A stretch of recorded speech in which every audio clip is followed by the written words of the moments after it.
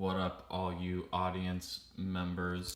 It's time for the first installment of Cooking in 73 Westland. So I'm gonna attempt to make French toast. First things first.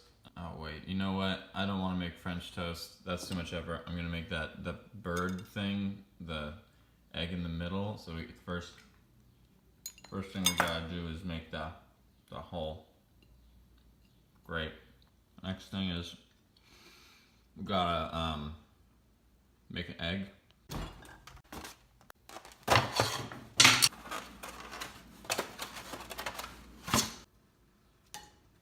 I don't know how you make it crispy, so I'm just gonna like dab it on there.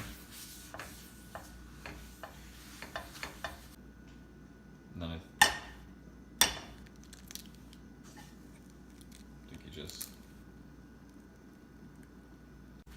I think I need to do some rearranging here.